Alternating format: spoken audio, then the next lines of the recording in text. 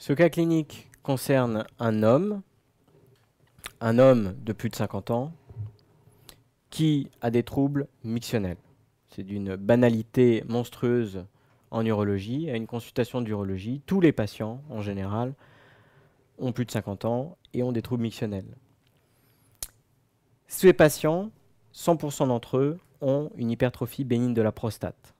Comme je vous l'ai dit dans un cas clinique précédent, l'hypertrophie bénigne de la prostate, c'est un diagnostic histologique, c'est de l'adénome, c'est du tissu bénin dans la prostate qui progresse avec l'âge, qui augmente le volume de la prostate.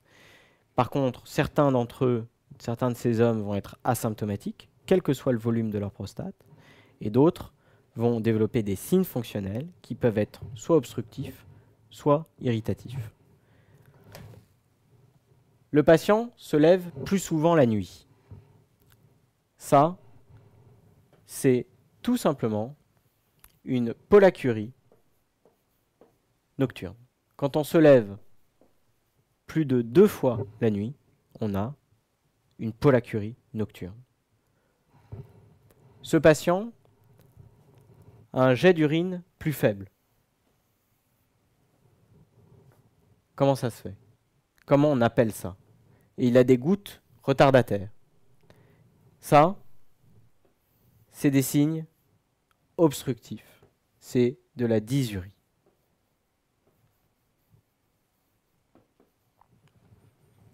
Donc ce patient a une polacurie, une dysurie. La polacurie, le plus souvent, c'est un signe irritatif. Chez la femme, c'est toujours un signe irritatif. La vessie est irritée et donc on va uriner plus souvent. Chez un patient qui a une hypertrophie bénigne de la prostate, c'est aussi un signe obstructif.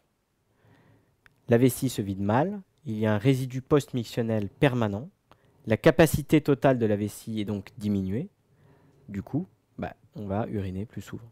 C'est donc un signe aussi obstructif. Ce patient a des signes obstructifs, peut-être aussi irritatifs, un certain degré d'irritation. Il a fait une orchite droite dans ses antécédents. C'est bizarre. D'ailleurs, il s'est traité par antibiotiques, ça s'est bien passé. Vous l'examinez, un examen strictement normal, une prostate de 30 grammes, souple, pas de globe vésical. Ce patient est venu vous voir en consultation pour une seule raison. La seule raison, c'est qu'il est gêné. Ne cherchez pas, pour répondre à la question 1, ne cherchez pas dans l'énoncé. Ce qu'on veut vous faire comprendre dans tous les dossiers d'hypertrophie bénigne de la prostate, c'est que c'est une pathologie fonctionnelle. Si le patient n'était pas gêné, il ne viendrait pas vous voir. S'il est gêné, ce patient, il faut absolument, à l'interrogatoire, lui parler de sa gêne. Si à une question d'examen clinique, d'interrogatoire sur l'HBP, vous ne parlez pas de gêne, vous aurez 0. C'est ce qui est le plus important. Ce qui gêne le patient, c'est la fréquence des symptômes, c'est le retentissement des symptômes sur sa qualité de vie, sur sa vie quotidienne. Et donc vous allez utiliser des scores fonctionnels. Ces 2 scores fonctionnels sont très, très importants. Le score IPSS, International Prostate Symptom Score, c'est 7 questions posées aux patients. Pour chaque question, il y a une cotation sur 5. Ça va donc de 0 à 35. 35 étant le plus grave, la gêne la plus importante. Le score QDV, c'est qualité de vie. QDV, c'est une seule question. Monsieur, si vous deviez rester comme ça jusqu'à la fin de votre vie, est-ce que vous seriez très satisfait, satisfait, plutôt partagé, pas satisfait, pas du tout satisfait? C'est essentiel de le faire en consultation. Le patient ne vient pas vous voir pour un problème grave. Il ne va pas mourir de son HBP. Il est juste gêné. Parlez des symptômes, parlez de la gêne. Et puisqu'on parle des symptômes, autant élargir. Ce patient a une polacurie, une dysurie. Est-ce qu'il a des impériosités? urgenturie? Est-ce qu'il a des envies pressantes? Est-ce qu'il a une hématurie? Alors qui, pour le coup, vous inquiéterait. On sortirait de ce contexte fonctionnel. Est-ce qu'il a des brûlures mictionnelles? Puisque lorsqu'on a une HBP, on a une stase urinaire. Lorsqu'on a une stase urinaire, on a un risque d'infection urinaire. Et les infections urinaires, ça provoque des brûlures mictionnelles. Il faut les rechercher à l'examen. La deuxième question peut vous piéger si vous connaissez mal votre cours, mais en toute logique, qu'est-ce qui est responsable d'une orchite ou d'une orchiépididymite? Si un jeune de 20 ans vient vous voir à votre consultation avec une orchiépididymite, clairement, c'est une MST. Clairement. Il a chopé un germe, il faut rechercher en particulier un gonocoque, un chlamydia, ça peut être aussi un germe tout à fait banal comme un Escherichia coli, n'empêche qu'il faut rechercher une MST. Lorsque c'est un homme de plus de 50 ans qui a eu une orchite, évidemment ça peut être une MST, mais le plus fréquent, le plus probable, et c'est souvent la révélation de l'HBP, c'est la stase urinaire. La stase urinaire dans la vessie provoque une contamination, et le plus souvent c'est des germes urinaires, un Escherichia coli au niveau de la bourse. Donc la cause de l'orchite chez ce patient, c'était l'HBP. L'HBP, c'est pas assez, c'est pas suffisant. On parle d'HBP, tout le monde va dire que c'est l'HBP. C'est le sujet, c'est le cas clinique. Donc il faut préciser pourquoi c'est l'HBP, par quel mécanisme. C'est l'HBP parce que l'HBP entraîne une obstruction chronique, donc une stase urinaire chronique, qui est elle-même un facteur de risque d'infection. Chez ce patient qui n'a pas une maladie grave, qui est gêné, qui vient vous voir parce qu'il est gêné, qu'est-ce que vous allez prescrire comme bilan paraclinique? Qu'est-ce qu'on fait à ce patient? Qu'est-ce qu'on lui demande de faire? Ce patient, tout d'abord, il faut éliminer, il a déjà fait une orchite, il faut éliminer une conséquence possible de l'HBP, la stase urinaire, l'infection. Donc, il faut absolument faire un ECBU. Ensuite, ce qu'on va chercher à faire, c'est s'assurer que c'est bien une pathologie fonctionnelle et pas devenue une pathologie organique. L'HBP reste une pathologie fonctionnelle, ça pourrit la vie des patients, mais ça tue personne. Ça, c'est vrai pendant un certain temps, pendant 10 ans, 20 ans. Mais chez certains patients, le retentissement fonctionnel est tel que ça a une répercussion organique sur la vessie, puis sur les reins, avec une obstruction chronique, une dilatation chronique et donc une insuffisance rénale chronique obstructive. Donc, il faut absolument, au moment du bilan, faire une créatininémie. La créatininémie, si elle est élevée, vous fera suspecter une insuffisance rénale chronique obstructive. Pour évaluer le retentissement, évidemment, vous faites une échographie vésicale pour rechercher un résidu, donc le retentissement sur la vessie. Tout ça, c'est pour évaluer le retentissement. Une dilatation du haut appareil, c'est le retentissement. Et enfin, la débimétrie pour évaluer la dysurie de manière objective. Certains patients vous diront j'ai énormément de mal à pisser, et en fait vous vous rendrez compte qu'ils pissent très bien. Donc la débimétrie, c'est un examen objectif. Donc là vous remarquez qu'on a évalué le retentissement, on a recherché une complication assez fréquente, l'infection, mais on n'a pas parlé du PSA. Pourquoi est-ce qu'on fait un PSA? Est-ce qu'on fait un PSA à tous les patients qui ont une HBP? Absolument pas. Le PSA n'a rien à voir. Le PSA, c'est le dépistage du cancer de la prostate. En France, en Europe, aux États-Unis, même si c'est le sujet de polémique en ce moment, les sociétés savantes suggèrent de réaliser le dépistage annuel du cancer de la prostate chez tous les hommes entre 50 ans et 75 ans. On peut être pour, on peut être contre. Il y a beaucoup de débats en ce moment. Moi, je vous conseille personnellement de suivre, même si vous n'en êtes pas convaincu, de le suivre au moins pour les cas cliniques, de suivre ces recommandations qui proviennent de sociétés savantes, et en particulier de l'Association française d'urologie. Le dépistage de la prostate, c'est un dosage du PSA, un toucher rectal annuel, entre 50 et 75 ans. Donc ce patient en fait partie. Ne l'oubliez pas.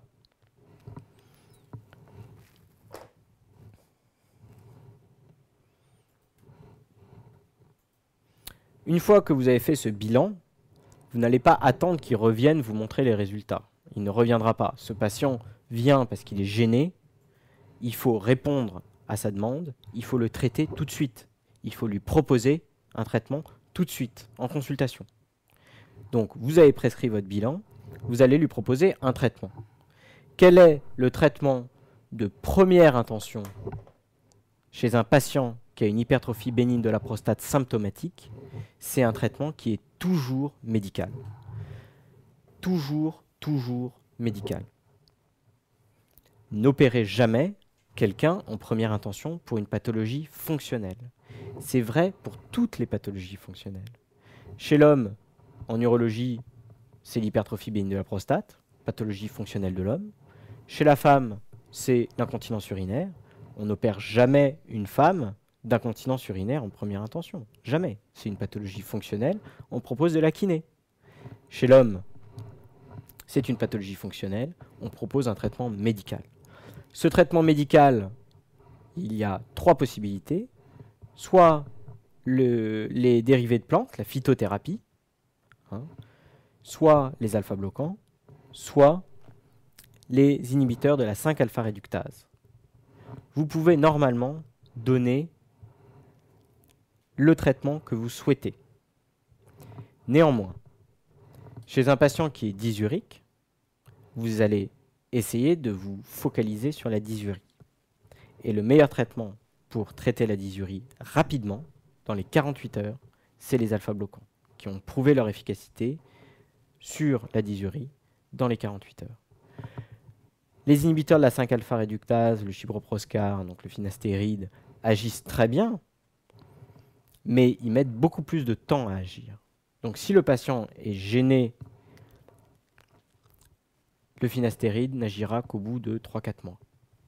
Ce patient a une prostate relativement petite, elle fait 30 grammes. Le chiproproscar a pour effet de diminuer le volume de la prostate. A priori, les troubles de ce patient, ces symptômes, ne sont pas liés à un problème de volume prostatique. Donc, clairement, vous pouvez donner un alpha-bloquant. Et bien sûr, on surveille ce patient. Je vous l'ai dit plusieurs fois, quand on traite un patient, on le surveille. Qu'est-ce qu'on surveille? On surveille la tolérance du traitement d'une part, d'autre part l'efficacité du traitement sur la gêne. Je vous l'ai dit à la première question, la gêne, c'est ce qu'il y a de plus important pour le patient. Et pour évaluer cette gêne, vous avez des scores. Le score IPSS, le score qualité de vie. Si vous avez évalué la gêne du patient avant le traitement, il faut l'évaluer après le traitement. C'est une pathologie fonctionnelle, je vous le répète.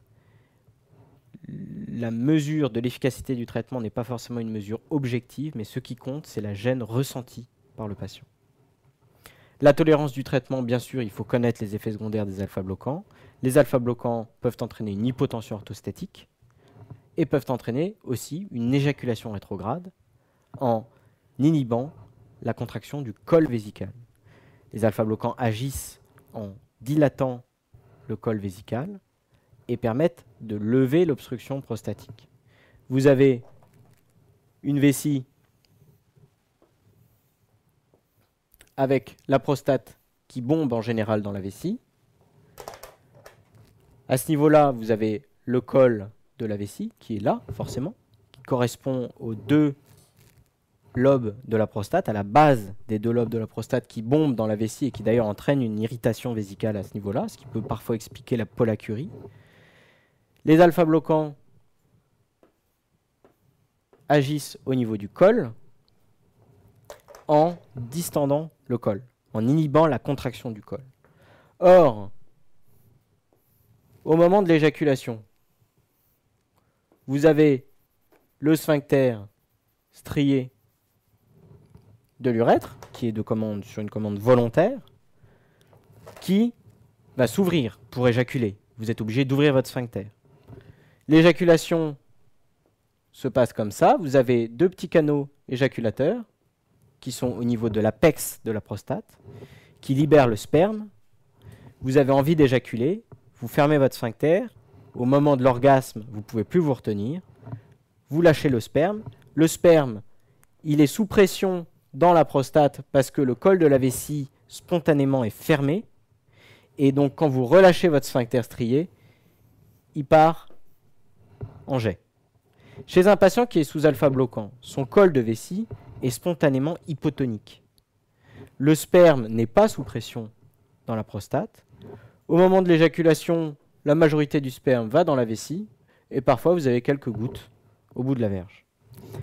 C'est important de le préciser aux patients parce que ça peut être le sujet d'une grande anxiété, d'une grande angoisse. Le patient se met à flipper. Si vous ne lui avez pas dit et qu'il se rend compte que c'est tout à fait bénin, il vous en voudra. Donc il faut le préciser aux patients.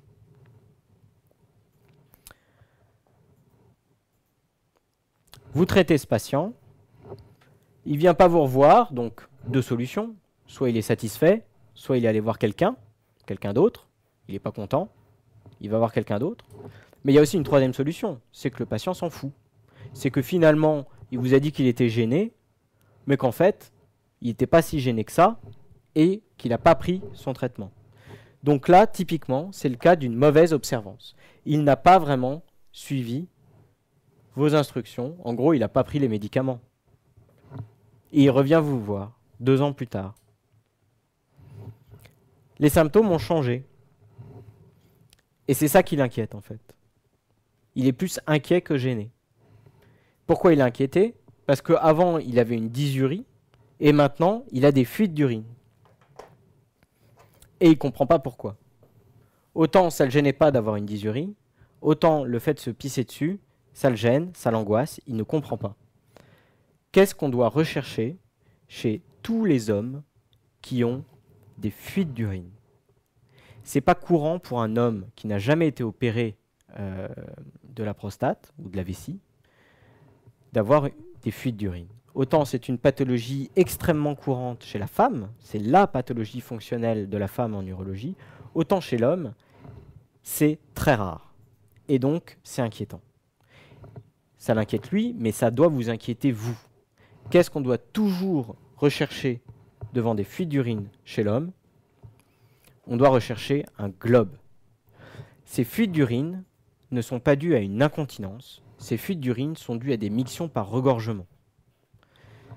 Il a la vessie distendue, parce qu'il n'a pas pris son traitement, elle est pleine à craquer, il a un globe chronique.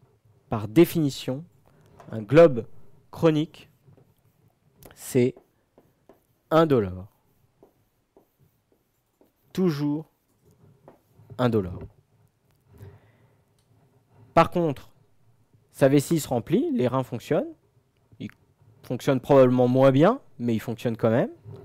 La vessie se remplit, elle est pleine à craquer, la pression augmente dans la vessie, et dès que la pression devient supérieure à la pression de clôture du sphincter urétral, il y a des fuites. Donc il y a un jet d'urine. Vu qu'il y a des fuites, la pression dans la vessie diminue, elle redevient inférieure à la pression de clôture urétrale, et il ne fuit plus pendant un quart d'heure, 20 minutes, jusqu'à ce que la pression redevienne supérieure, et ainsi de suite. Donc ce patient a des jets d'urine toutes les demi-heures. Comment est-ce qu'on fait pour s'en rendre compte? C'est très simple. Il suffit d'appuyer sur son ventre. Vous appuyez sur son ventre et vous voyez un jet d'urine. Ce patient a un globe vésical chronique qui entraîne des mictions par regorgement. Comment est-ce qu'on regarde? Comment est-ce qu'on fait le diagnostic de globe? À la palpation et à la percussion. À la percussion, c'est tympanique au-dessus de l'ombilic et c'est mat en dessous de l'ombilic. Par ailleurs, la séparation entre tympanique et mat, elle est concave vers le haut. Donc, typiquement, lorsque vous palpez et que vous percutez un ventre, vous devez vous orienter vers un globe vésical si c'est mat de manière concave. Vous pouvez donc distinguer un globe vésical d'une ascite, puisque l'ascite sera plus déclive, vu qu'elle est en péritoine libre, c'est de la flotte dans le péritoine. Avec l'acite, vous aurez une matité là. Ce qui n'est absolument pas le cas lorsqu'il y a un globe vésical.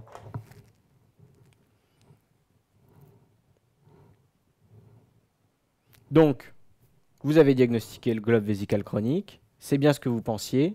Quel geste effectuez-vous? Qu'est-ce qu'on effectue comme geste chez un patient qui a une obstruction sous-vésicale chronique, en l'occurrence prostatique, qui a un globe vésical avec très certainement une insuffisance rénale aiguë, une insuffisance rénale chronique obstructive?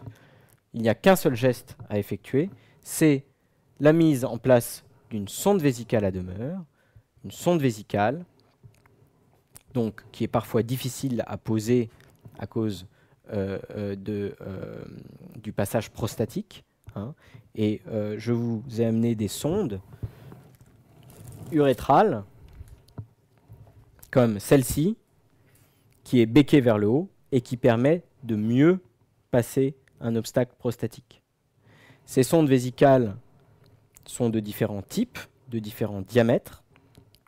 Il y a toujours un orifice pour gonfler le ballonnet, puisque la seule chose qui la permet de rester dans la vessie, c'est le ballonnet au bout de la sonde que vous gonflez avec de l'eau pure, sans sodium, sans NaCl, puisque si vous mettez soit du G5, soit du NaCl, ça va cristalliser dans le ballonnet et vous ne pourrez plus retirer la sonde. C'est pour ça qu'on met de l'eau pure dans les ballonnets. Donc, en gonflant le ballonnet à 10, 15 ou 20 cc, la sonde tient dans la vessie et vous avez un orifice pour drainer les urines. D'autres sondes sont un peu plus sophistiquées, vous devez les connaître, pas forcément pour l'internat, mais pour votre vie d'interne. Il y a l'orifice pour gonfler le ballonnet, l'orifice pour drainer les urines, et il y a un troisième orifice, c'est ce qu'on appelle les sondes double courant, puisque lorsqu'il y a du sang dans la vessie, lorsqu'il y a une hématurie, vous allez mettre en route un lavage vésical continu, vous allez brancher une tubulure de sérum physiologique sur le petit orifice, le sodium, enfin le sérum physiologique va aller dans la vessie et va être récupéré par l'autre orifice. C'est grâce à ces sondes-là qu'on met en route un lavage continu au sérum physiologique en cas d'hématurie. Donc ce patient, vous lui mettez une sonde vésicale à demeure. Il est sondé, vous avez réglé la complication, vous avez traité la complication, l'obstruction. Maintenant, vous devez traiter l'étiologie, vous devez traiter la cause, bien sûr. Qu'est-ce qui est à l'origine de cette obstruction? C'est l'hypertrophie bénigne de la prostate. Donc, il faut traiter l'hypertrophie bénigne de la prostate. Le traitement médical, ce n'est pas qu'il a échoué, c'est qu'il n'a pas été pris. Donc, vous pourriez éventuellement lui proposer un traitement médical. Mais ce patient a fait une complication de l'HBP. Et lorsqu'on fait une complication de l'HBP, c'est une indication à un traitement chirurgical. Donc, traitement médical en première intention, échec du traitement médical, bon, là, il s'agit d'une mauvaise observance, mais complication organique de l'HBP, et là, en l'occurrence, sondage vésical à demeure, la sanction est chirurgicale. Le traitement chirurgical, il y en a deux. Il y a la résection transurétrale de la prostate que l'on propose à ce patient, parce qu'il a une prostate de moins de 60 grammes, et il y a l'autre traitement, c'est l'adénomectomie. Ce n'est pas la prostatectomie, c'est l'adénomectomie par voie haute, lorsque la prostate fait plus de 60 grammes. Pourquoi est-ce qu'on distingue ces deux traitements? Tout simplement parce que lorsqu'on fait une résection transurétrale de prostate, on utilise un produit qui s'appelle le glycocol pour irriguer la vessie. Ce glycocol permet de conduire l'électricité, ce qui permet de réséquer la prostate avec une anse monopolaire, une électrode monopolaire. On ne peut pas le faire dans le sérum physiologique. Il faut du glycocol. Lorsqu'on fait la résection, ça saigne. le glycocol passe dans le sang. Si on résèque plus d'1 heure, trop de glycocol passe dans le sang et ça entraîne ce qu'on appelle le TURP syndrome. TURP syndrome, TURP c'est RTUP en anglais, résection transurétrale de prostate. Le TURP syndrome c'est quoi? C'est une hyperhydratation intracellulaire qui peut entraîner un œdème cérébral avec au maximum un engagement cérébral et le décès du patient. C'est quand même dommage de mourir d'une complication chirurgicale qui est un traitement d'une maladie fonctionnelle. Donc pour éviter le TURP syndrome, on fait une résection de prostate uniquement lorsque ça dure moins d'1 heure. Et pour que ça dure moins d'1 heure, il ne faut pas que la prostate soit trop grosse. Sinon, on fait un traitement par voie haute. La résection transurétrale de prostate se fait par les voies naturelles. On a un cystoscope qui est au col de la vessie, on descend jusqu'au verumontanum, qui signe l'apex prostatique. Et on résèque tout le tissu entre le col de la vessie, qui est là, qu'on résèque, on ouvre le col de la vessie, en s'arrêtant au verumontanum. Pourquoi on ne va pas en deçà du verumontanum qui est là, pour ne pas se taper le sphincter, qui est juste en dessous du verumontanum. Donc, on résèque la prostate de manière circonférentielle, en réséquant le col qui est médian, en réséquant les 2 lobes prostatiques de part et d'autre, pour arriver à une cavité qui est la loge de résection. Cette loge de résection, vous la voyez en fin d'intervention, qui permet d'ouvrir et de lever l'obstacle. Et vous voyez surtout chez ce patient qu'il n'y a plus de col vésical.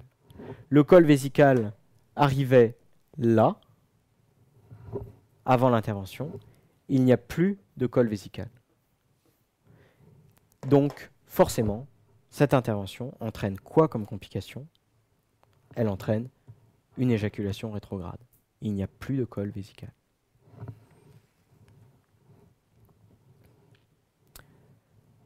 Malgré votre traitement, les mictions ne reprennent pas spontanément. Vous avez beau lui retirer la sonde et le surveiller, ça ne reprend pas spontanément. Du coup, vous êtes inquiet, hein, vous faites une fibroscopie, la fibroscopie urétroprostatique qui permet de voir toute la filière urétrale jusqu'à la vessie. Et cette fibroscopie ne montre pas d'obstacle. Vous avez la même image qu'à la fin de la résection transurétrale de prostate. Quelle en est la cause probable? Donc là, c'est vraiment de la plomberie. Lorsqu'il n'y a pas de liquide qui coule, mais qu'il n'y a pas d'obstacle, qu'est-ce que ça veut dire? Ça veut dire que c'est un problème en amont. Ça veut dire que la vessie ne permet pas d'évacuer de manière optimale l'urine. Pour qu'il y ait une miction normale, il faut 2 facteurs. Il faut une contraction du détrusor de la vessie et il faut qu'il y ait un bon passage urétroprostatique. S'il n'y a pas l'un ou l'autre, il y a une dysurie. Mais il faut distinguer la dysurie sur obstacle et la dysurie par hypotonie détrusorienne. Quand on a une vessie claquée, quand on a une vessie qui est distendue, qui est fine, on a clairement un détrusor qui est complètement pourri. Ce patient avait un globe chronique, il ne sentait même plus qu'il avait envie d'uriner. Clairement, ces patients sont à haut risque de développer une hypotonie détrusorienne et de ne pas reprendre de miction en post-opératoire, même après qu'on ait levé l'obstacle. D'où l'importance de traiter ces patients précocement avant que la maladie ne devienne organique. Donc ce patient, son hypotonie détrusorienne était liée à la distension vésicale chronique. En conclusion, ce qu'il faut retenir absolument, et je vous le redis, c'est que c'est une maladie fonctionnelle jusqu'à un certain point, mais que tous les dossiers que vous aurez, au moins en début de dossier, il faudra évoquer l'aspect fonctionnel de cette maladie, absolument. Enfin, il faut connaître l'évolution naturelle de la maladie, comme c'était le cas chez ce patient. Cette maladie qui est fonctionnelle devient organique et peut même entraîner une insuffisance rénale chronique terminale. Il y a des patients qui peuvent terminer en dialyse juste à cause de leur HBP. Sur le plan méthodologique, il faut comprendre encore une fois la suite logique du cas clinique. quand il y a plusieurs questions de traitement, il faut bien se dire que ce n'est pas le même traitement, qu'on commence par un traitement moins agressif, un traitement de première intention, puis qu'il y a un deuxième traitement. Hein, quand on parle de complications de l'HBP, il faut penser aux complications infectieuses d'une part, comme c'était le cas pour le premier cas clinique, mais il faut penser aussi aux complications obstructives. Les items abordés étaient bien sûr l'hypertrophie bénigne de la prostate, les troubles de la miction qui sont liés à l'HBP, bien sûr, et l'incontinence urinaire de l'adulte qu'il faut connaître. Il faut bien distinguer l'incontinence urinaire de la femme et l'incontinence urinaire de l'homme, qui est très rare. L'incontinence urinaire de l'homme, c'est après prostatectomie radicale le plus souvent.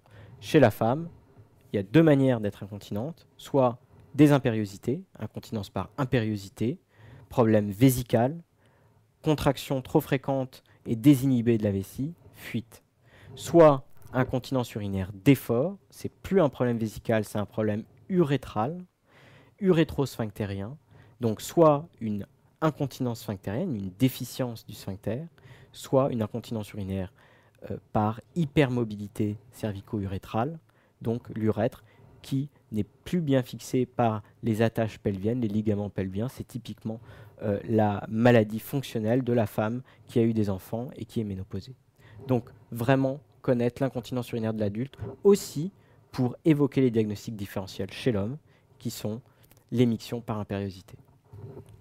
D'une manière générale, en conclusion de ces 5 cas cliniques, ce qu'il faut absolument retenir, et j'ai insisté là-dessus, c'est qu'en urologie, il y a des maladies fonctionnelles, comme l'HBP chez l'homme, l'incontinence chez la femme, et qu'il faut insister sur la qualité de vie et le retentissement fonctionnel de ces maladies. Il y a des pathologies organiques graves qu'il faut diagnostiquer, qu'il faut dépister, comme dans le cas du cancer de la prostate, qui ont des complications locales, loco-régionales, la colique néphrétique, qui est une obstruction du haut appareil, au-dessus de la vessie, la rétention aiguë d'urine, qui est une obstruction sous-vésicale, le retentissement sur le plan septique, l'infection urinaire. Il faut vraiment que vous intégriez toutes ces pathologies en urologie, en distinguant tout ce qui est fonctionnel bénin et tout ce qui est organique d'origine tumorale.